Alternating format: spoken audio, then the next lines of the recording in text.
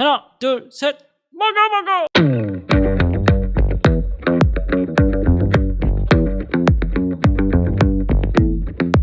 이야기체에서 핵심 뭐예요? 인물, 배경, 사건. 그죠? 이야기체의 구성은.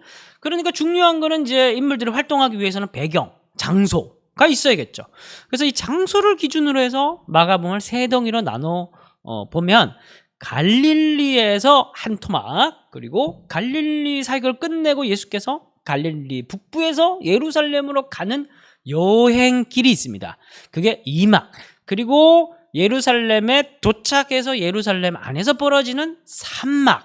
그래서 1에서 8장 26절까지, 이 8장 27절까지 해서 10장까지, 11에서 16장까지 예루살렘에 있었던 일. 그러니까 갈릴리, 예루살렘이 굉장히 많은 분량을 차지하고 있죠. 그래서 이 이야기에서 강조되고 있는 건 뭐냐 하면 갈릴리에서 출발해가지고 예루살렘, 그 십자가를 향해서 꾸준히 꿋꿋이 나아가고 있는 그 예수님의 여정, 그런 것들을 좀 부각시키고 있어요. 그런데 왜 그러냐면 마가복음의 독자들을 여러분들 생각하셔야 됩니다. 마가복음도 그냥 하늘에서 뚝 떨어진 책이 아니에요. 마가복음도 독자들이 있어요. 그러니까 이제 마가 공동체는 학자들은 AD 64년에 네로의 대박해와 관련이 있다고 봅니다. 이쯤 되면 이제 여러분들이 좀 그렇다면 사도 바울의 서신이 먼저 기록되고 그 다음에 복음서가 기록된 건가? 맞습니다. 우리가 복음서가 앞에 있기 때문에 복음서가 먼저 기록됐다고 생각하지만 아니에요. 먼저 사도행전이 기록되고 그 다음에 이제 예수님의 제자들이 살아 있었을 때는 뭐 증인들이 있는데 증인들이 예수님의 말씀을 소개해 주면 되잖아요. 근데 사도 바울이 이제 제자들이 하나씩 둘씩 다 죽기 시작하고 뭐 박해당해 죽고 다 죽었잖아요. 그러니까 이제 예수님의 말씀과 행적들을 전해줄 사람이 전해줄 그게 필요한 겁니다. 그래서 이제 이 사람들이 출간을 한 거예요. 예수님의 복음에 대한 걸. 근데 출간을 할 때도 그냥 무작정 출간을 했던 것이 아니라 독자들을 염두에 두고. 그런데 이 시대 당시 사람들은, 마가의 공동체의 사람들은 네로 황제에 의해서 핍박과 박해를 받고 있는 사람들이었다는 거예요. 그래서 이 사람들에게 그럼 필요한 건 뭘까요? 막 지금 당장 목숨이 위태로운 사람들에게 필요한 건 뭘까요? 막 배교하고 막 떠나가는 사람들도 있겠죠. 그래서 이 사람들에게 필요한 건, 마가의 메시지는 예수님의 고난을 부각시키면서 십자가로 향해 가는 예수님에 대한 이야기를 하면서 우리가 당하고 있는 고난은 예수의 십자가를 따라가는 거다. 이제 그걸 이제 강조를 하면서 그 안에서 자신의 삶을 이제 해석하고 그 잘 견디도록 인도를 하려고 하는 게 이제 목표가 되는 겁니다. 그래서 이제 마가복음에서는 뭘 강조를 하고 있냐면 예수님의 고난을 강조를 하고 있어요. 자, 그래서 마가복음 1장 1절의 시작은 하나님의 아들 예수 그리스도의 복음의 시작이라. 그런데 예수를 따라가는 것도 무작정 따라가는 게 아니에요. 일단은 예수님이 누구신지를 알아야 돼요. 그래서 예수님이 누구신지를 알고, 그리고 그 예수님, 먼저 그 예수님이 누구신 줄 알고 그게 예수님이 누구냐? 그걸 이제 두 가지로 얘기하는데, 마가는 하나님의 아들, 그리고 예수 그리스도의 복음, 예수 그리스도라고 이제 얘기를 하는데, 하나님의 아들은 그 시대 당시에 폼페이우스 카이사르의 아들이잖아요. 카이사르가 암살당해 죽으면서 로마 원로원에서 신으로 추대를 합니다. 그리고 옥타비아누스가 그의 뒤를 이어가지고 진짜 황제가 되잖아요. 그러니까 신의 아들이 자연스럽게 되는 겁니다. 그래서 옥타비아누스가 자신의 호칭을 아우구스투스나 세바스토스 뭐 이런 이름으로 신의 호칭으로 올리고 승격시키고 황제 신전을 속국마다 다 짓게 만들면서 황제 숭배를 하게 만들면서 종교 프로그램으로 지중해 세계를 다스리기 시작해요. 좀 어렵나요? 어쨌든 그런 종교 프로그램, 지가 하나님의 아들이라는 거예요. 그러면서 그 하나님의 아들의 그 세계가 지금 독자들을 박해하고 핍박을 하고 있는 겁니다. 걱정하지 마라. 진짜 하나님의 아들, 신의 아들은 너희가 붙들고 있는 그 예수 그리스도다. 그 얘기를 먼저 하고 싶은 거고, 두 번째, 그걸 알라는 거고, 두 번째, 예수님은 또 어떤 분이시다? 그리스도라는 거예요. 이거는 유대인들의 용어입니다. 유대인들이 말하는 그리스도는 구약에서 예언자들이 계속 예언해왔던 다윗 같은 메시아예요. 다윗 왕. 그 왕조를 영원히 이어갈 하나님이 보내신 구약의 성취자로서의 그리스도 메시아인 겁니다. 근데 그 시대 당시 사람들은 그 메시아를 하면 군사적 메시아를 생각을 했거든요. 로마로부터 자신들을 구출해낼 군사적 메시아, 무력 메시아를 생각했거든요. 근데 마가는 이제 예수님은 첫 번째 너희들이 알아야 될 거는 예수님은 하나님의 아들, 그리고 예수님은 메시아라는 거다. 이걸 아는 게 중요하고, 이 아는 것으로 끝나는 것이 아니라 어떤 하나님의 아들인지, 특별히 어떤 메시아인지를 너희들이 분명히 아는 게 너희들이 박해를 이길 수 있는 길이다. 이제 이 얘기를 하고 싶은 겁니다. 근데 이제 어떤 메시아예요? 겸손의 메시아, 섬김의 메시아. 이 만민을 구원하기 위해서, 생명들을 살리기 위해서 십자가로, 하나님 말씀에 순종해서 십자가로 고난을 감내하며 십자가로 죽음의 길로 가고 있는 메시아. 그 메시아를 너희들이 믿고 있는 것이다. 그래서 너희들이 지금 복음으로 인해 핍박을 당하고, 너희들이 가짜 왕 때문에 너희들이 핍박을 당하고 있는데 두려워하지 마라. 너희들이 가고 있는 길도 예수를 따르는 길이다. 영광의 길이다. 이제 그 얘기를 마가복음의 예수의 이야기를, 고난받는 예수의 이야기를 통해서, 십자가로 가는 예수의 이야기를 통해서 강조하고 가르치시고 싶은 겁니다. 마가가. 첫 번째 뭐라고요? 마가복음을 통해서 강조하고 있는 건 예수님이 어떤 분이신지 알고, 두 번째 그를 온전히 따르는 것. 그의 십자가, 겸손의 메시아, 십자가로 가는 메시아, 고난의 메시아라는 걸 너희들이 깨닫고 그걸 따르는 것. 그러면 너희들이 예수님의 뭐라고? 참 제자다. 그럼 너희들이 그게 바로 제자도다. 그게 바로 하나님 백성의 살아가는 길이다. 너희들이 핍박받고 있는 거 그거 당연한 거고, 갈 수 있는 길이고, 그 길 끝에는 영광이 있고, 이 길은 하나님의 뜻이고, 이 길은 하나님께서 너희들이 이상한 게 아니라, 실패한 길이 아니라 너희 하나님 보호하신 가운데 가고 있는 길이다. 걱정하지 마라. 이상히 여기지 마라. 이제 그런 얘기를 마가복음을 통해서 하고자 하는 것입니다. 이제 마가복음 이야기로 들어가 보는데, 1막, 총 3막 있다 그랬죠? 갈릴리, 그 다음에 갈릴리에서 예루살렘을 가는 여정, 예루살렘에서 이렇게 3막으로 구성되어 있는데, 1막은 또 갈릴리 초기 사역, 후기 사역, 주변, 갈릴리에서 쭉 뻗어져 나가는 모양으로 장면이 점점 확대되고 있습니다. 자, 그래서 이제 갈릴리 초기 사역부터 좀 살펴보면, 여러분 주제를 기억하세요. 예수님은 누구신가? 그걸 알고, 아는 것도 끝나는 게 아니라 예수님을 분명히 알아서 그 분명히 안 예수님을 따라가는 것. 그게 이제 마가가 얘기하는 제자도고, 그걸 통해서 박해받는 어려운 상황 가운데 있는 성도들이 자기의 삶을 해석하고 예수를 따라갈 수 있는 그런 신앙의 도움을 얻을 수 있게 됩니다. 자, 그래서 1장 1절에서 먼저 저자의 입으로 예수는 하나님의 아들, 예수님의 그리스도, 이걸 이제 분명히 알아야 된다. 이제 막 그렇게 선언을 했습니다. 그리고 그 다음에 등장인물들 중에 예수님에 대해서 고백하는, 예수님의 정체에 대해서 고백하는 존재가 누구냐 하면, 재밌는 게 사람이 아닙니다. 귀신입니다. 귀신. 1장 24절에서 귀신이 나는 안다. 지가 뭘 알아. 귀신이 나는 아는데 뭘 아냐면, 예수님은 하나님의 거룩한 자다. 그 말이 무슨 말이냐면 그리스도라는 말이에요. 그리스도라는 말. 그리고 5장 7절 가면 또 다른 귀신이 나옵니다. 그 귀신도 뭐라고 얘기하냐면 예수님은 하나님의 아들 예수요, 이렇게 얘기합니다. 그러니까 귀신이 다 알고 있는 거예요. 귀신들이 뭘 다 알고 있어요. 저자가 1장 1절에서 선언했듯이 예수님은 그리스도고 예수님은 하나님의 아들이라는 거, 그거를 다 알고 있어요. 귀신은 다 알고 있어요. 그러면 여기에서 그게 좀 느낌이 이상해져야 돼요. 왜냐하면 참된 제자가 아닌 상태는 뭐냐면 예수님을 아는 것만으로 제자가 될 수 없다는 거예요. 그렇죠? 그 진짜 마가가 봤을 때 바로 예수님을 아는 건 뭐냐면, 예수님이 하나님의 아들, 예수님이 그리스도, 아무리 고백을 해도 그건 귀신도 그렇게 안다는 거예요. 귀신보다 나은 믿음을, 귀신보다 나은 알을 가지기 위해서는 따라가야 되는 거예요. 모든 것을 버려두고 예수를 쫓으니라. 그걸 따라가야 그때 귀신보다 나은 믿음을 가질 수 있다. 그게 귀신보다 나은 믿음이다.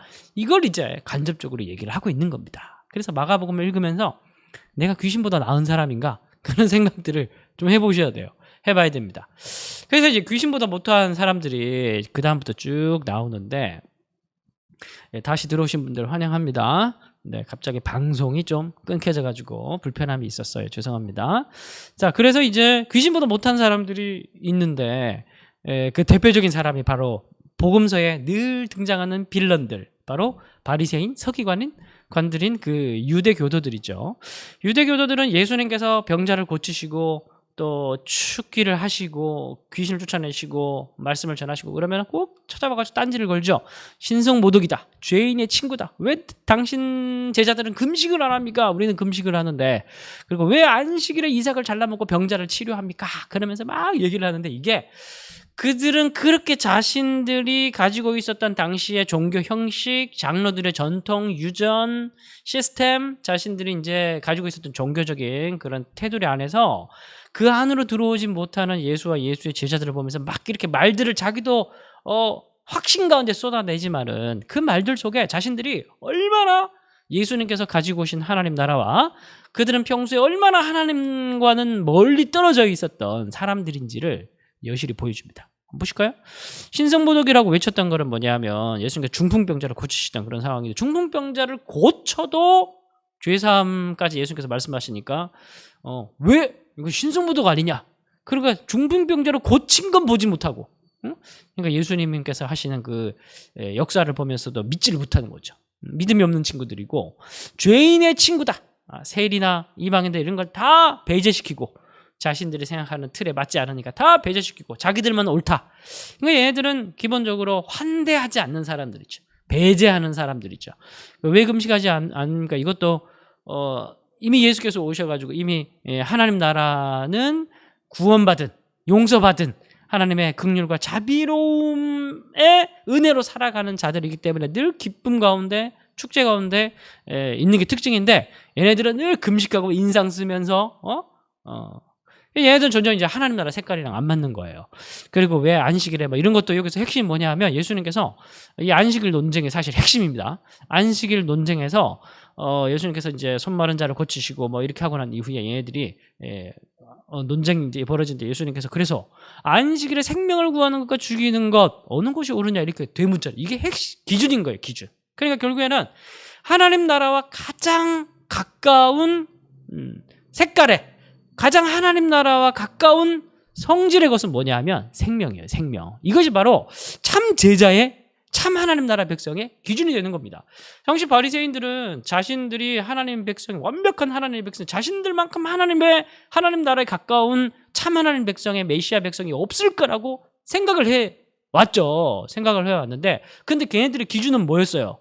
바로 죄인들을 멀리하고 배제하고, 그리고 자신들의 종교적 시스템 안에서 금식하고 경건한 생활을 하고 종교 생활을 하면서 철저하게 안식일을 지키고 경건한 모양을 유지하면서, 이런 것들이 자신들은 하나님 백성에 가장 가까운 행태고 형식이고 생각이라고, 그런 모양이라고 생각을 했어요.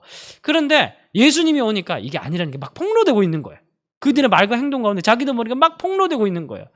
근데 하나님 나라는 구약 성경을 읽어보고 하나님 성품에 비춰봤을 때 하나님 어떤 분이십니까? 하나님께서 용서하시고 자비로우시고, 그래서 그의 나라는 환대의 공동체고 축제의 공동체고 용서받은 자들의 기쁨이 넘치는 공동체고, 무엇보다 하나님께서 중요하게 생각하는 것은 사람들을 생명을 살리는 거, 그게 창조주의 마음이고, 걔들은 하나님 나라가 뭘 잘하는 것을 스스로 자기네들이 어떤 경건한 생활을 하든지 간에 스스로 그들의 태도가 하나님 나라에서 가장 뭘 잘하는 사실을 낸 겁니다.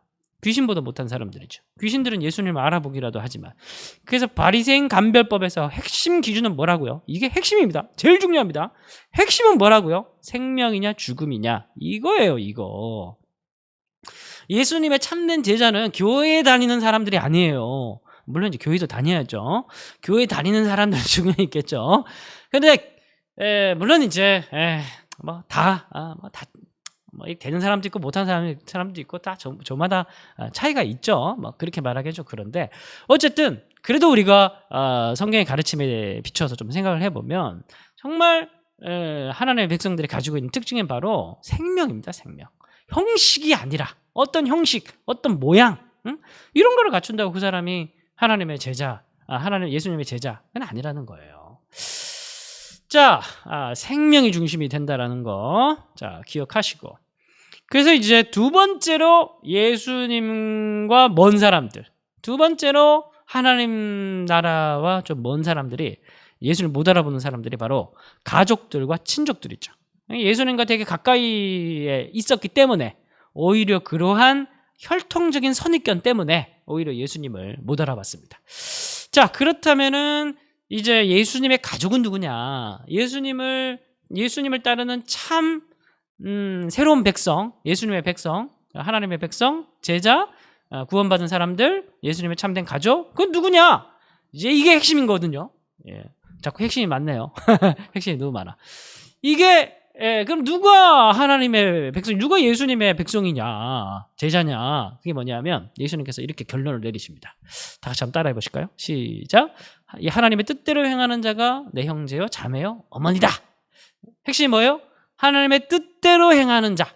이렇게 얘기하면 또 여러분들이 이제 문자적으로 자꾸 읽기 때문에 성경을 막 맥락으로 읽지 않고 의미를 파악하지 않고 문자적으로 막 읽어 내려가기 때문에 이런 걸 보면 여러분들이 또 막 그럼 행함이 중요한 건가? 그럼 바리새인이랑 다를 게 뭐가 있어요? 똑같이 의미를 생각하셔야 돼요. 자, 보세요.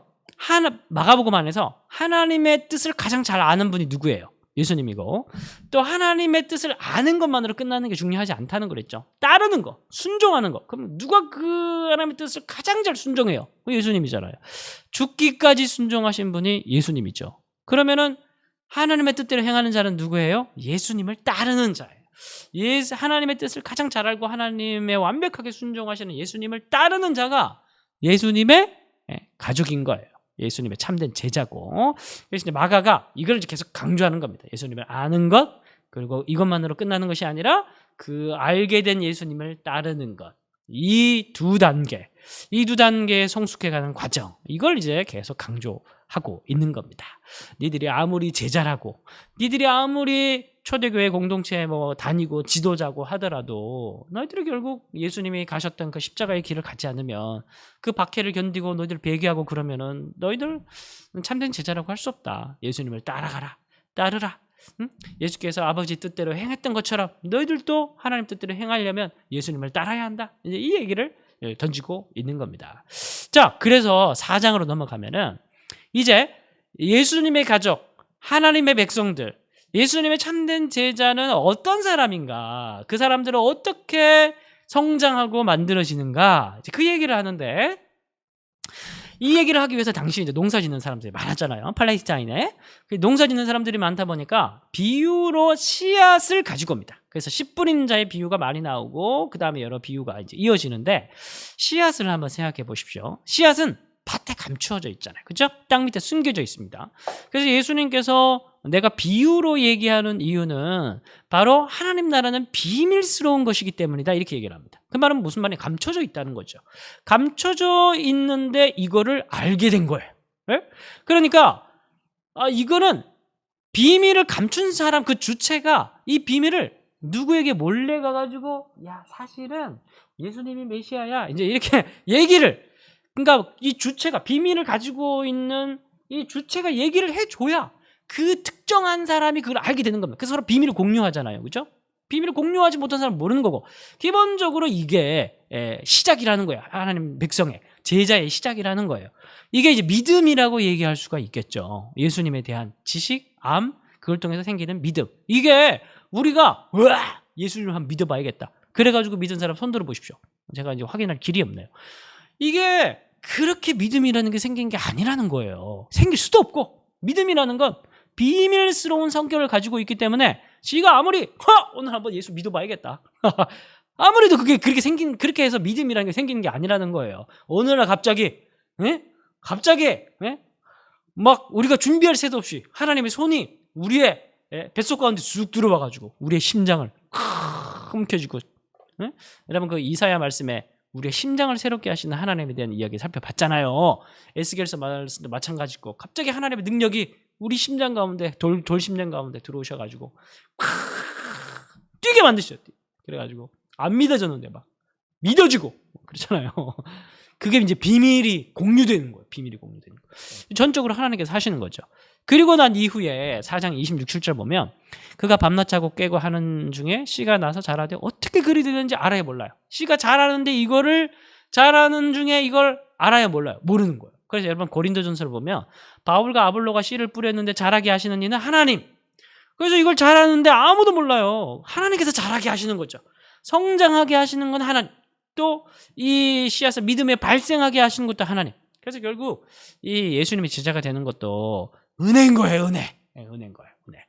그걸 이제 강조하는 겁니다. 그래서 그렇게 인간적인 우월감과 의지적인 그런 종교 형식에 붙들고 의지적인 그런 온몸에 근육을 가득 쥐고 있는 그런 바리새인들은 아무리 노력해도 하나님 나라를 깨달을 수가 없다는 그런 강조점이 있는 겁니다. 그리고 이제 그런 백성들에게 이제 예수님께서 이제 마가복음 이어진 이야기가 두려워하지 말고 믿기만 하라는 거예요.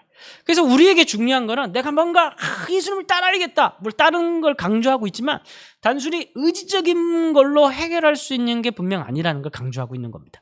그래서 회당장 야이로의 이야기, 풍랑 있는 이는 바다 위 제자들의 이야기에서 반복되는 강조점은 뭐냐면 두려워하지 말고 믿기만 하라는 거예요. 믿음을 강조하고 있는 겁니다. 마가복음에서는. 그러니까 씨앗, 최초의 씨앗, 하나님께서 우리의 마음밭에 심어주신 그 믿음이라는 씨앗, 그것을 우리가 붙들고 그것을 의지하고 우리가 나가야 된다는 거예요. 왜냐하면 결국에는 우리가 버텨내고 이겨내고 따라가고 승리할 수 있는 것은 나에게 나오는 것이 아니라 나에게 믿게 하시고 잘하게 하시는 하나님께 있기 때문에 결국 중요한 건 믿음이라는 걸 얘기를 하고 있는 겁니다. 단순히 뭘 행해라 이게 중요한 게 아니라 믿는 게 중요하다. 그래야 너희들이 이 모든 시련과 어려움과 박해 상황들을 이겨낼 수 있다. 그걸 이제 강조를 하고 있는 거예요. 그래서 그 다음에 이어지는 또 이 풍랑 있는 제자들 이야기 다음에 이어지는 게 세례 요한의 죽음이에요. 그래서 이 믿음으로 따라가다 보면 죽을 수도 있어요. 그리고 바리새인들의 도발, 장로들의 도발. 그래서 예수님을 어떻게 해서든지 음모로 꾸미는 그런 자들의 도발이 있습니다. 그럴 수 있다는 거예요. 그럴 수 있는데 너희들이 두려워하지 말고 핵심은 뭐라는 거예요? 믿으라는 거예요. 믿으라는 거.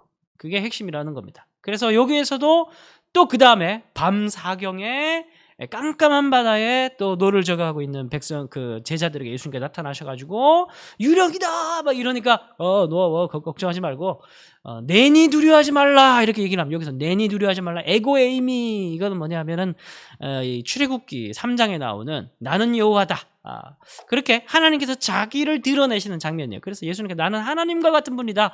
걱정하지 말고 너희들은 나를 믿고 나를 따라라. 그러면 풍랑이 일고 밤사경 가장 깜깜한 어둠이 너희를 덮치고 죽음 같은 두려움이 너희를 감쌀지라도 걱정하지 마라.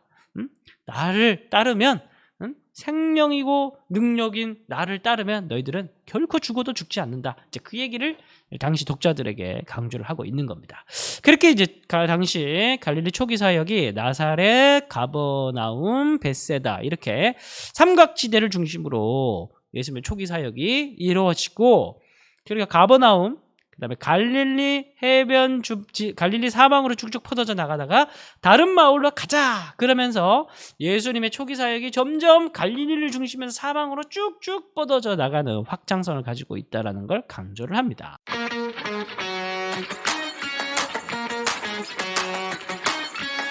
역사로 읽어보고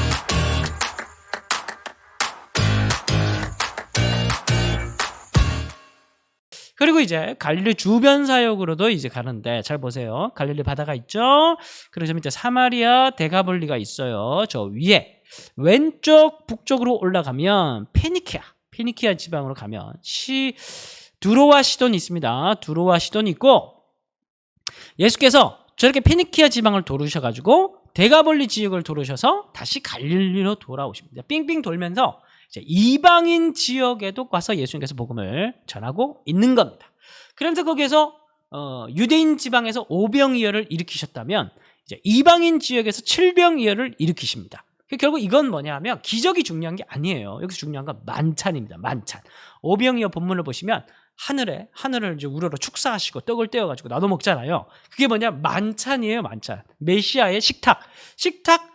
그때 당시 식탁의 개념은 가족 개념이에요. 예수님께서 유대인들도 초대하시고 이방인들도 초대하시는 거대한 하나님 나라의 포용력과 관대함과 환대를 지금 보여주고 있는 겁니다. 그렇게 하나님의 구원이 예수님을 통해서 온 세상 가운데 사람 가리지 않고 이루어지게 될 것을 지금 보여주고 있는 겁니다. 1막에서.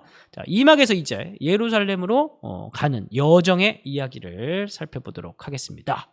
자, 빌립보 가이사랴에서 출발을 합니다. 그리고 쭉 내려와서 갈릴리를 통과해가지고 요단 동편까지 가서 그 다음에 유대로 건너가게 됩니다. 자, 지도를 통해서 한번 볼까요?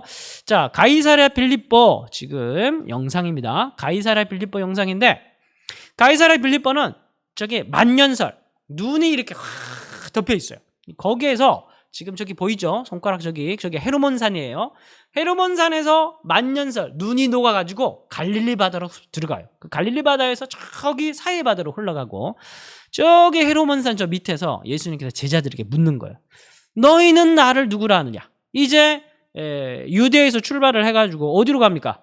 갈릴리에서 출발을 해가지고 어디로 갑니까? 예루살렘으로 갈 건데, 이 가는 여정 가운데 예수님께서 그들과 학습을 할 거예요. 근데 그 앞에 갈릴리까지 지방에서 학습을 한 거는 무슨 학습을 한 겁니까? 예수님이 누군지를 알아가는 학습이죠. 네? 그 누군지를 알아가는 학습이 끝나고 이제 가는 여정에서, 예루살렘으로 가는 여정에서 더 깊은 심화 학습으로 들어가는 겁니다. 그 마가복음은 전체 제자 훈련하는 책이라고 보시면 돼요. 제자 훈련하는 책이라고 보시면 됩니다. 그래서 예수께서 이제 딱 시작하기 전에 이제 앞에 일단은 이제 1단계 학습을, 갈릴리 사역 가운데 1단계 학습을 거쳤으니까 확인을 해야죠. 이제 시험을 칩니다. 제자들에게 너는 나를 누구라 하느냐? 예수님이 누군지 아는 거 마가복음에서 되게 중요한 주제라고 했죠. 그러니까 베드로가, 나서기 좋아하는 베드로가 저요 이렇게 해서 나와가지고 너 한번 대답해봐라. 주는 그리스도십니다 이렇게 얘기를 하니까 오 맞았어요. 그러니까 이제 베드로가 어느 정도 이제 예수님에 대한 지식이 생긴 겁니다. 알미 생긴 겁니다. 자, 그래서 1막에서 갈릴리 이야기가 있었고, 1막의 끝에서 이 맹인의 이야기, 그리고 2막의 끝에서 맹인의 이야기가 나옵니다. 각 막의 끝에, 그리고 그 다음 막이 시작되기 전에 중간에 맹인 스토리가 있으면서, 맹인은 뭐예요? 눈을 뜨야 되는 사람이잖아요. 그죠? 영적인 의미로 한번 생각해 보십시오. 지금 마가복음은 제자도의, 제자 훈련의 이야기입니다. 예수님을 알아가는, 예수님에 대해서 눈을 떠야 하는 그런 제자들의 이야기예요. 눈을 떠야 살거든요. 자, 그런데 이 1막 끝에 벳세다 맹인 치료에서 예수님께서 2번에 걸쳐서 안수를 합니다. 처음에 안수를 했을 때 벳세다 맹인이 눈을 떠보니까 희미해서 잘 보이지 못해요. 뭐 나무 토막 같은 것이 지나갑니다. 사람이 지나가고 있는데 희미하게 잘 안 보이는 겁니다. 이게 바로 베드로의 모습이라는 거예요. 예수님을 알지만은 반 정도 아는 거예요. 예수님을 알지만은 군사적 메시아로 정도로 아는 거예요. 예수님이 쭉 같이 있어 보니까 예수님이 메시아라는 건 이제 알겠어. 예수님 우리가 기다렸던 메시아가 맞구나. 그렇게 생각을 하고 있는데, 그래서 주는 그리스도십니다라고 얘기를 했는데, 그 다음에 예수님께서 심화 학습으로 들어갑니다. 그래 맞다. 잘 얘기했다. 자, 그런데 인자가 많은 고난을 당하고 죽임을 당해야 할 것이다. 그러면서 드러내놓고 어떤 메시아인지를 얘기하기 시작하는 겁니다. 예수님께서 이제 심화 학습에서 예루살렘으로 가는 길에서, 그러니까 베드로가 예수님을 붙들고 뭘 해요? 항변. 여기서 항변이라는 단어는 예수님께서 귀신을 꾸짖다라고 사용했을 때 꾸짖다라는 단어와 헬라어 단어 같은 단어입니다. 그러니까 베드로가 역정을 낸 거예요. 예수님께. 내가 이렇게 멋있게 고백했는데 지금 내가 요즘에 어떻게 그런 얘기를 할 수 있습니까? 베드로가 생각했던 예수님은 예수님은 메시아입니다. 그리스도입니다. 나의 왕이십니다라고 얘기했는데, 그 왕은 어떤 왕이냐면 자기에게 복줄 왕이에요. 자기를 높은 자리에 올려줄 왕이고, 자기를 최고로 만들어줄, 자신의 야망을 실현시켜줄 그런 도구로서의, 이용 도구로서의 메시아였던 거예요. 군사적 메시아. 그러니까 예수께서 돌이켜서 제자들을 보시며 베드로를 꾸짖어 이르시되 사탄아 내 뒤로 물러가라. 시험 100점 맞고 그 다음 바로 빵점 맞았습니다.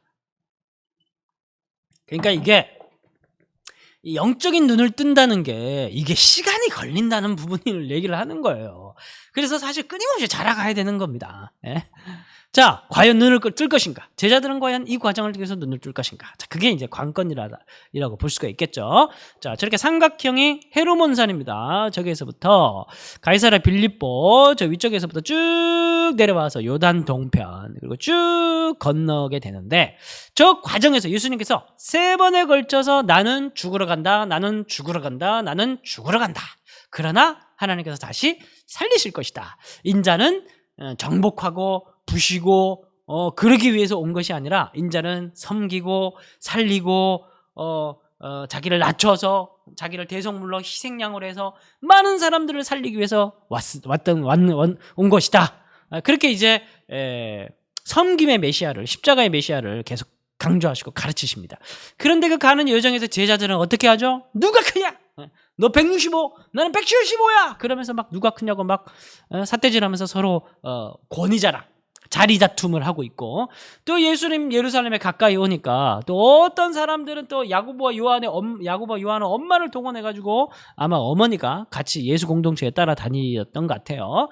그래서 예루살렘에 이르시면 우리의 두 아들을 당신의 오른편 왼편에 앉혀 주십시오. 그러면서 그러니까 다른 제자들이 또 이 얘기를 듣고 어떻게 네가 그럴 수 있냐? 예수님의 오른편은 난데. 그러면서 자리 다툼을 하고 있는 겁니다. 그러니까 십자가로 가는 예수와 예수님을 메시아라고 고백하지만은 자신들이 생각하고 있는 그 틀에서의 메시아를 벗어나지 못하고 있는 제자들. 그러니까 제자들의 모습은 당시에 율법의 틀에서 자신들의 종교 형식에서 벗어나지 못하고 있는 바리새인들이랑 거의 비슷한 거죠. 이 모습을 보면서 우리도 오늘날 예수님을 과연 십자가라고 하고 있는 예수님으로 이해하고 있는지, 그리고 올라가시면서 뒤따라오고 있는 나에게 따라오라, 따라오라, 내가 가는 길을 따라와라. 네가 가려고 하는 길로 가지 말고 내가 가는 길을 따라와라. 그러면서 나는 십자가로 가는 메시아다. 그러면서 박해와 고난과 십자가로 인한 그 하나님의 길을 가기 위해서 순정하며 어려움 있는 그 고난의 길을, 사망의 골짜기를 예수께서 초대하고 있는 그 손짓을 우리는 보면서 예수를 따라가고 있는가? 그게 이제 마가복음을 통독해 갈 때 핵심적으로 우리 자신을 성찰해야 될 중요한 포인트다. 그렇게 말씀드릴 수가 있겠습니다. 자, 이제 예루살렘으로 들어가게 됩니다. 이제 이게 이제 3막이 시작되는 거예요. 아까 얘기했듯이 1막에서는 이제 아직 눈을 못 뜬, 반쯤 눈을 뜬 맹인의 이야기, 그리고 2막 끝에서는 바로 바디메오가 나옵니다. 여리고의 맹인. 여리고는 바로 요단 동편 들어가기 직전, 가나안 중부 들어가기 직전 동편에서 건너면 이제 여리고가 바로 있죠.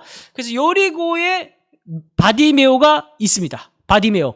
이 바디메오는 눈을 번쩍 뜹니다. 번쩍 떠요. 이제 이 모든 예루살렘에서의 사역이 끝나고 난 뒤에 예수님께서 부활하시고 난 이후에 성령을 받은 제자들은 이제 눈이 번쩍 뜨여지는 역사, 그리고 예수님께서 주시는 그 사명 가지고 이제 예수의 뒤를 따라가는 제자들이 되게 될 것입니다. 그런 희망과 소망을 가지면서 우리가 본문을 읽어 가시면 돼요. 그리고 여러분, 그 앞에 씨 뿌리는 비유에서 하나님께서 우리에게 믿음을 주셨는데 잘하게 하시는 분도 하나님이시라는 사실 우리가 봤습니다. 결국 하나님께서 그렇게 하실 거예요. 자, 3막은 긴장이 고조됐다가 예수님께서 성전 파괴를 예언했다가 그 다음에 마지막 6월절 성만찬, 그리고 제자들의 배신, 십자가 부활 사건, 이렇게 끝나게 됩니다. 자, 요일별로 차례대로 한번 들어가 보도록 하겠습니다. 예수님께서 이제 종료가 아니고 종려주일이라고 하죠. 예수님께서 나는 어떤 메시아다? 섬기는 메시아다. 난 죽으러 메시아다. 나는 모든 백성들을 위해서 나의 목숨을, 많은 생명을 위해서 대속물로 내어주려고 하는, 그게 바로 하나님 나라의 가장 중요한 원리니까, 그게 하나님께서 세상을 통치하시는 방식이니까, 이 세상을 통치하시는 창조자 하나님의 가장 깊은 핵심 성품이 바로 생명을 사랑하는, 생명을 살리고자 하는 그 하나님의 마음이니까. 그래서 어떤 메시아냐 하면은 겸손의 메시아, 섬김의 메시아죠. 그걸 강조하기 위해서 예수님께서 마귀를 타고 들어가시고, 그리고 스갈의 말씀을 성취하기 위해서 나귀를 타고 입성을 하십니다. 그리고 예수님께서 왕으로 오셨죠. 왕이 되어서 이제 백성들이 살고 있는 수도에 예루살렘으로 딱 들어갔으면 이제 사찰을 해야 됩니다. 이제 검열을 하는 거예요. 그죠? 사열을 받습니다. 그게 뭐냐 하면은 성전이죠. 성전에 들어가 가지고 잘 하고 있는지 이제 체크를 합니다. 그러니까 뭐 완전히 난장판이죠. 완전히 그 대제사장 중심으로 그 입속 챙기기 위한 그 사업들을 꾸려가지고 얘네들이 종교 장사를 하고 있는 모습들을, 이방인 신전이랑 똑같죠. 모양만 갖추고 내용은 똑같습니다. 그래서 예수께서 이제 막 채찍으로 쫓아내시고 뭐 그런 장면이 나옵니다. 그리고 이제 이 성전은 쓸데없는 곳이 되어버렸다. 그걸 이제 말씀을 하기 위해서, 강조를 하기 위해서 무화과 나무에게 딱 보니까 열매가 없는 거예요. 이 열매가 없는 무화과 나무는 앞에 뭐랑 같아요? 생명을 살리는 역할을 해야 되는 성전의 생명을 살리는 기능이 없는 거예요. 오히려 생명을 죽이고 있는 겁니다. 예? 성전의 모양은 있는데, 종교인의 모양은 있는데 그 안에 신앙이 없어요. 그 안에 여러 가지 많은 종교 행위는 있는데 그 안에 생명이 없어요. 내가 그리스도인으로 고백하면서 뭐 주일마다 출석하고 살아는 가고 있지만은 생명에 대한 관심도 없고 생명을 살리고자 하는 의지도 없고, 그리고 그 사람을 통해서 위로를 받고 감화를 받고 변화되는 생명이 없습니다. 그 사람의 삶에 아무런 생명의 열매가 없어요. 예수께서 저주하십니다. 무화과 나무 저주하셔가지고 그 다음날 어떻게 됩니까? 이게 이제 성전 파괴를 예언하시는 건데, 그리고 그 다음날 무화과 나무가 저주를 받아서 말랐어요. 그게 뭐냐면은 예수님께서 공생애 30년에 예수님께서 이제 돌아가시고 부활하시고 승천하시는데, 예언하신 지 40년 뒤에 70년에 로마 유대 전쟁이 벌어져가지고 헤롯 성전이 돌 위에 돌 하나도 남기지 않고 완전히 다 파괴됩니다. 예수님의 예언이 성취가 되는 거예요. 이 말은 무슨 말이냐면, 열매 맺지 못하는 나무마다 찍혀져 불에 던지우리라고 얘기했던 마태복음 7장의 말씀이 그대로 우리에게도 이루어지게 진다는 그 이제 말씀으로 또 볼 수가 있는 것이죠. 수요일이 됐습니다. 수요일은 이제 곧 이제 예수께서 십자가에 달리시기 이제 직전 이제 다가오고 있죠. 이제 그때 이 수요일의 기록은 한 여인이 보배 옥합을 깨트려 가지고 예수의 머리에 붓고 예수를 이제 시키는 그런 장면이 나옵니다. 그러니까 이제 옆에 있는 제자들이 또 뭐 아는 척하죠. 가난한 자들에게 이것을 줄 수 있었다 막 이러면서, 막 평소에는 구제도 하지도 않으면서 가난한 사람 돕지도 않으면서 이럴 때만 되면은 이를 나불나불 거리는 인간들이 있어요. 가만 보면 옳은 척하면서 많이 아는 척하면서 합리적인 척하면서. 근데 예수님 그만둬라. 저 여인은 자기의 일을 하는 거다. 근데 이 여인이 하는 일이 자기는 알았는지 모르겠지만 그 시절에 그 시간에 가장 적합한 일을 했어요. 그게 뭐냐면 예수의 장례를 준비하는 거.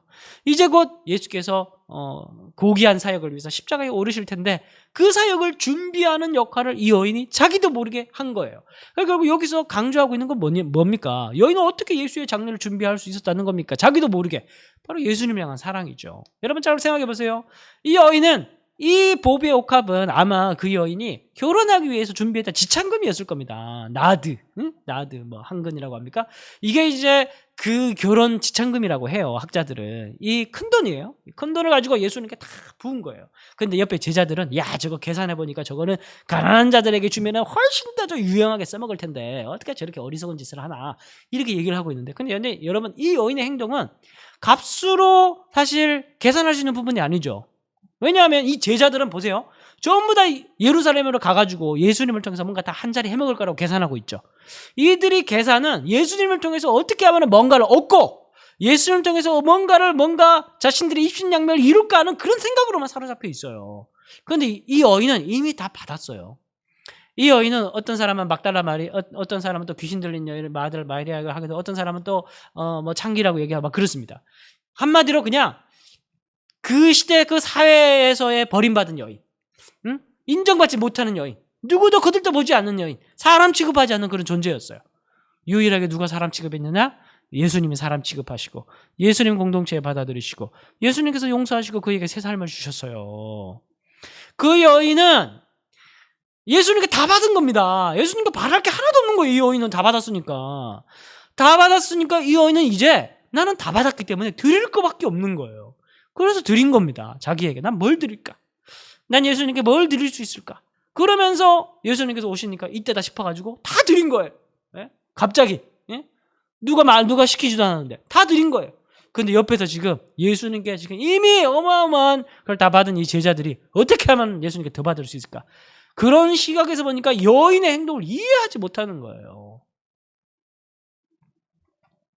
구원받지 못한 자들은, 예수의 사랑을 경험하지 못한 자들은, 예수의 사랑을, 진정한 사랑을 받고 경험한 자들의 행동을 이해할 수 없습니다. 사랑에 빠지지 않은 자들은, 빠져보지 못한 자들은 사랑에 빠진 사람들의 행동을 이해하지 못하는 것과 마찬가지로 목요일이 됐어요. 6월절 만찬. 6월절 만찬은 이제 예수께서 십자가로 이제 곧 가시게 될 텐데, 그 십자가의 의미가 무엇인지를 이제 신학적인 그림으로 명확하게 보여주는 장면이라고 볼 수가 있습니다. 그래서 예수님께서 제자들과 함께 식사를 하시면서 6월절 만찬을 하시면서 그 6월절 어린 양, 그 피로 넘어가는, 그래서 결국 내가 내일 죽게 될 텐데 내가 죽게 되는 그 피는 내가 단순히 실패하고 그런 것이 아니라 많은 사람을 살리기 위한 그 목적을 갖기 위한 거룩한 언약의 피다. 그러면서 그 죽음에 대한 신학적 의미를 명확하게 하시는 작업을 하시고, 그리고 이제 예수님 겟세마네 동산으로, 겟세마네 동산 없죠. 겟세마네 가서 이제 기도를 하십니다. 그러면서 이제 예수님께서 스스로 또 안에서 하나님의 뜻을 따르기 위해서 또 내적 싸움을 하시는 모습을 보여주시고, 금요일 날 되어서 새벽 밤새 이제 재판을 받으시고, 불법한 재판을 받으시고, 새벽 6시에 빌라도의 신문을 당하시고 9시에 십자가에 달리셔가지고 해가 가장 짱짱할 정오 12시에 해가 빛을 잃습니다. 그리고 오후 3시에 예수께서 운명하시고 그 성소 안에 있는 휘장이 위에서 아래로부터 그 두꺼운 휘장이 쫙 갈라지면서 이제 모든 사람이 다 그리스도의 피와 은혜로 의지해서 지성소로 들어갈 수 있는 그 길이 열렸다는 그 신학적 의미를 그 사건을 통해서 하나님께서 보여주십니다. 자, 이제 정리합니다. 1막 갈릴리에서 처음 시작할 때 마가복음 핵심 뭐예요? 예수가 누구인지를 아는 거. 예수님은 하나님의 아들이시고 그리스도라는 거. 여러분들 믿으십니까? 여러분 알고 계십니까? 아멘이시죠? 근데 이건 귀신도 알아요. 그리고 베드로도 이거를 고백할 수 있을 정도까지 그 시간 동안에 1막 시간 동안에 알게 되었습니다.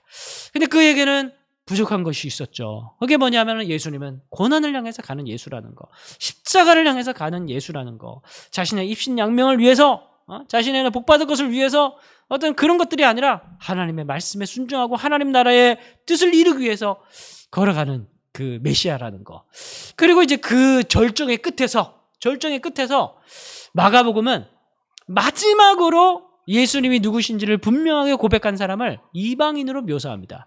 그래서 마가복음 15장 39절 보면 백부장이 이 사람은 진실로 하나님의 아들이었다. 그렇게 감동적인 고백을 하면서 마무리가 돼요.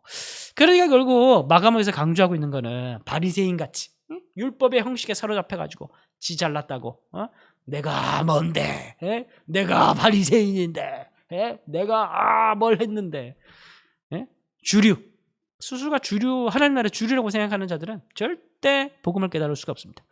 그리고 이제 그 외에 이방인, 여성 이런 분들이 바로 예수님을 알아보고 은혜를 경험하고 예수님의 참 제자로서의 그런 특징들을 드러내고 있는 도구로 마가복음 안에서 묘사되고 있다는 거예요. 제자들을 보십시오. 부활해도 믿지 않습니다. 그리고 두 사람이 가서 알려도 16장 13절 가서도 안 믿습니다. 이제 16장 끝나야 되는데 안 믿어요. 그런데 그런 것 상관없이, 아는 것 없이 예수께서 제자들에게 사명을 내리십니다. 온천에 다니면서 복음을 전파하라. 그래서 이제 마가복음 이렇게 끝나도 결국 하나님께서 이제